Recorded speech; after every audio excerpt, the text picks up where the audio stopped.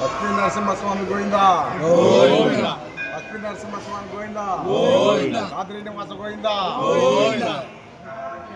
మొన్న కదిరి పట్టణం నందు వర్షం వచ్చినందువలన, అలాగే ఇంతకుముందు కూడా చిన్నపాటి వర్షం వస్తూనే ఏదైతే కదిరి అనే పేరు వచ్చిందో ఈ కాదిరి లక్ష్మీ నరసింహస్వామి గుడి వలన ఆ పేరు వచ్చింది.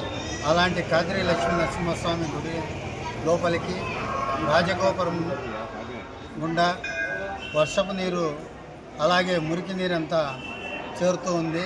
ఎందుకంటే కాలువలన్నీ ఆక్యుపై చేసుకున్నారు.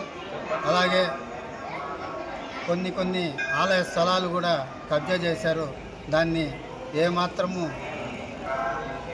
ఈ గుడికి ఉన్నటువంటి అధికారులు పట్టించుకోకపోవడం వలన, మున్సిపల్ అధికారులు పట్టించుకోకపోవడం వలన ప్రతి ఒక్క చిన్నపాటి వర్షానికే గుడిలకు కూడా నీరు చేరడం జరుగుతూ ఉంది. కాబట్టి ఇది చాలా దారుణాతి దారుణం. ఎందుకంటే భక్తుల మనోభావాలు చాలా దెబ్బతింటున్నాయి దీనివలన.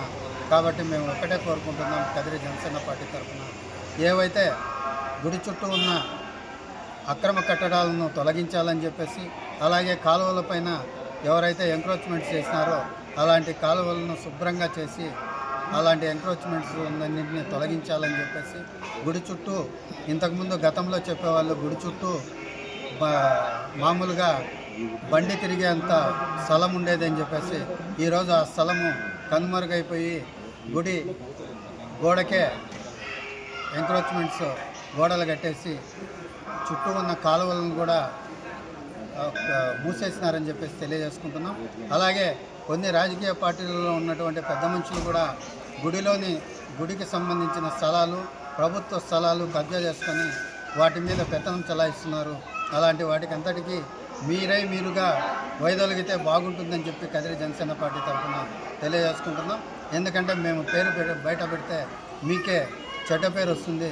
కాబట్టి ఏవైతే గుడి స్థలాలు ఆక్యుపై చేసుకొని మీరున్నారో అలాంటి స్థలాలన్నింటినీ మీరు స్వచ్ఛందంగా మీరు వైదొలిగి గుడికి అప్పగించవలసిందిగా మేము కోరుతున్నాం.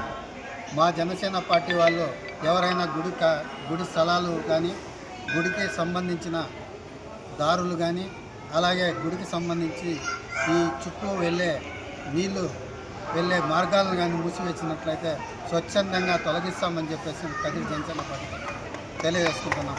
ఇది తొలగించకపోతే మా ఉప ముఖ్యమంత్రి వర్యులు శ్రీ పవన్ కళ్యాణ్ గారిని తీసుకెళ్తామని కదిరి జనసేన పార్టీ తరఫున తెలియజేసుకుంటున్నాం.